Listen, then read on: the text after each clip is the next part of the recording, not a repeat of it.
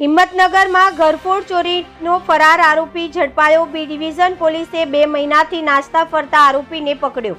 Himmatnagar B division પોલીસે ઘરફોડ ચોરીના ગુનામાં છેલ્લા 2 મહિનાથી ફરાર આરોપી રવિ જયંતિભાઈ ઠાકોરને ઝડપી પાડ્યો છે।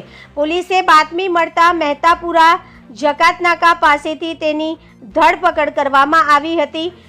प्राप्त माहिती अनुसार इंचार्ज पीआई एमडी चौहान और पोलीस स्टाफना माणसों Himmatnagar B division police station विस्तार में पेट्रोलिंग करी रह्या हता। आ दरमियान तेमने बातमी मળી હતી કે ઘરફોડ ચોરીના ગુનામાં વોન્ટેડ આરોપી રવિ ઠાકોર મહેતાપુરા જકાતનાકા પાસે ઊભો છે। બાતમીના આધારે પોલીસે તાત્કાલિક સ્થળ પર પહોંચીને રવિ ઠાકોર રહેઠાણ ગાયત્રી મંદિર પાછળ ઝૂંપડામાં કલોલ શહેર તાલુકો કલોલ જિલ્લો ગાંધીનગરને પકડી પાડ્યો હતો। પોલીસે તેની સામે કાયદેસરની કાર્યવાહી હાથ ધરી છે। Reporter Hamid Mansuri, BN news Gujarati, Sabarkantha.